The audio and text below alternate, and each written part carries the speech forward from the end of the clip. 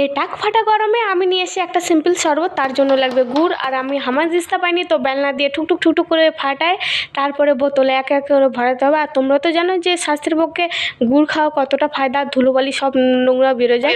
তারপরে ঝাঁকানাকা করে রাখে দিলাম। তারপরে চলে গেলাম ফ্রিজের মধ্যে। তো ফ্রিজের মধ্যে আজকে আমি একটা নিচে ফ্রুট, তো ফ্রুট আমি কখনো খাইনি, প্রথমই খাবো। আর দেখতে পুরো মিষ্টি কুমড়োর মতো দেখতে, কিন্তু তোমাদের দাদাভাই বলছিল যে কিনো না, তোমার ভালো লাগবে না। তো আমি তো ওর কথা না শুনে দৌড়ে চলে গেলাম আনার পরে বলছে যে এটা ফ্রিজে রাখো, ঠান্ডা হলে তারপরেই এটা বেশি ভালো লাগে। তো আমি ঠিক আছে। তো এখন চান টান করে টোরে তা খাওয়া দাওয়ার পরে তারপর এখন কাটার অপেক্ষায় অনেকক্ষণ ধরে ছিলাম। তারপরে শেষমেশ কাটার যখনই গেলাম তখন এতই ওর স্কিনটা শক্ত হয়ে গেছে, কাটা যাচ্ছিল না।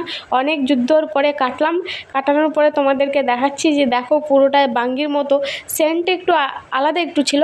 আর খাইয়ে দায়ে প্রথমে দেখলাম যে কোনো আমি টেস্টে বুঝতে পারছিলাম। তারপরে দ্বিতীয়বার খেলাম যে হ্যাঁ একটু করে মিষ্টি আছে, কিন্তু আমাকে ভালো লাগেনি। তোমাদেরকে বীজ দেখালাম। তারপরে ঝাঁকানাকা শরবতটা এখন গ্লাসের মধ্যে যে ঢালতেছি, আর পুরো শরবতটা ঠান্ডা করে ফ্রিজের মধ্যে থেকে বের করে নিয়ে আসলাম। তারপরে খেয়ে দেখলাম বাও, মনটা একদম জুড়ে গেল, এত ঠান্ডা আর হালকা হালকা মিষ্টি আছে, খুবই ভালো লাগলো। আর খাওয়া দাওয়ার পরে এখন আমার পাইছে ঘুম, তো বিছানা দেখায় এলাম, দেখায় টাকায় এখন শুতে যাচ্ছি। ভালো লাগলে